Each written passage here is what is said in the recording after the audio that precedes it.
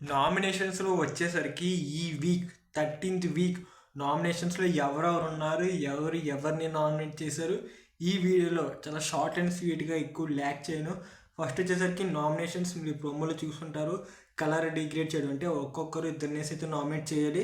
అయితే మనకి నిన్న జరిగింది ఏంటంటే యష్మి ఓట్ ఆల్రెడీ గౌతమ్కి పడిపోయింది, అంటే ఒక నామినేషన్ పడిపోయింది. ఇంకా మోర్ నెంబర్ ఆఫ్ ఓట్స్ పడితే ఇంకోటి పడితే గౌతమ్ అయితే నామినేట్ అవుతాడు. అనుకున్నట్టుగానే గౌతమ్ నామినేట్ అయ్యాడు, పృథ్వీ నబీల్ నామినేట్ చేశాడు.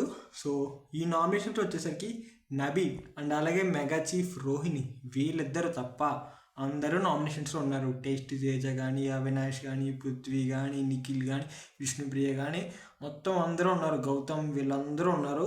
అయితే వీళ్ళల్లో ఎవరు ఈ వారం ఎలిమినేట్ అవుతారు అండ్ ఈ వారం ఒక ట్విస్ట్ కూడా ఉంది. ఆ ట్విస్ట్ ఏంటన్నా చెప్తాను. అండ్ ఒక గెస్ట్లు కూడా రాబోతున్నారు ఇద్దరు, అది కూడా చెప్పబోతున్నాను.